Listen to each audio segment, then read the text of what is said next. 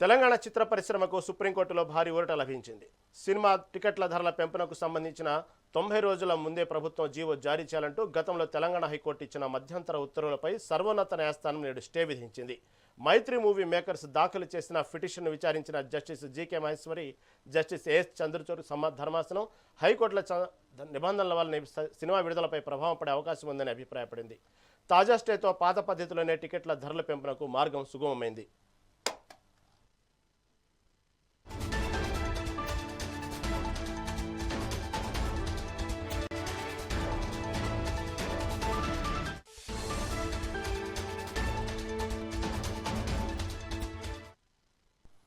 తెలంగాణ చిత్ర పరిశ్రమకు సుప్రీంకోర్టులో భారీ ఊరట లభించింది.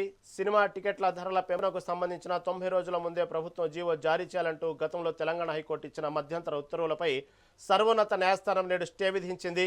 మైత్రి మూవీ మేకర్స్ దాఖలు చేసిన పిటిషన్ను విచారించిన justice GK Maheshwari, justice yes Chandrachud ధర్మాసనం హైకోర్టు నిబంధనల వల్ల సినిమాల విడుదలపై ప్రభావం పడే అవకాశం ఉందని అభిప్రాయపడింది. తాజా స్టేతో పాత పద్ధతిలోనే టికెట్ల ధరల పెంపునకు మార్గం సుగమమైంది. దీని గురించి మరింత సమాచారం మా రిపోర్టర్ రాణి అందిస్తారు. రాణి, ఏదైతే తెలంగాణ చిత్ర పరిశ్రమకు సంబంధించినటువంటి విషయంలో మాత్రం ఒక రకంగా ఈ ఇచ్చిన మధ్యంతర ఉత్తర్వులపై భారీ ఊరట లభించినట్టు అర్థమవుతా ఉంది. సుప్రీంకోర్టులో దీనికి సంబంధించినటువంటి సినిమా టికెట్ల ధరల పెంపునకు సంబంధించిన 90 రోజుల ముందే ప్రభుత్వం ఏదైతే జీవో ఉందో దాన్ని జారీ చేయాలంటూ గతంలో తెలంగాణ హైకోర్టు ఇచ్చిన మధ్యంతర ఉత్తర్వులపై తాజా అప్డేట్ ఏంటి? మనం చూస్తున్నట్లయితే తెలంగాణలో చిత్ర పరిశ్రమకి ప్రతిసారి కూడా పెద్ద సినిమాలు రిలీజ్ అయ్యే టైంలో చుక్క ఎదురవుతుందనే చెప్పుకోవాలి.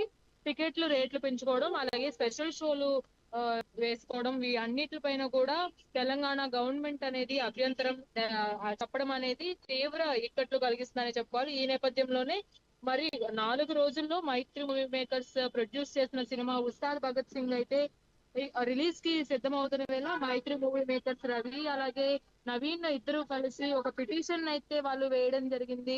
ఆ పిటిషన్ కి సంబంధించి ఈ రోజు హైకోర్టులో కూడా కొన్ని వాదనలు కూడా వినిపించాయి. అయితే తెలంగాణలో సినిమా టికెట్ రేట్ల పెంపుపై సుప్రీంకోర్టు కీలక తీర్పునిస్తూ 90 రోజుల ముందు నోటీస్ ఇవ్వాలనే హైకోర్టు నిబంధనపై స్టే విధించడం జరిగింది. దీంతో నిర్మాతలు పాత పద్ధతిలోనే ధరలు పెంచుకునే అవకాశం కలిగి టాలీవుడ్ కు పెద్ద ఊరట లభించిందనే చెప్పుకోవాలి.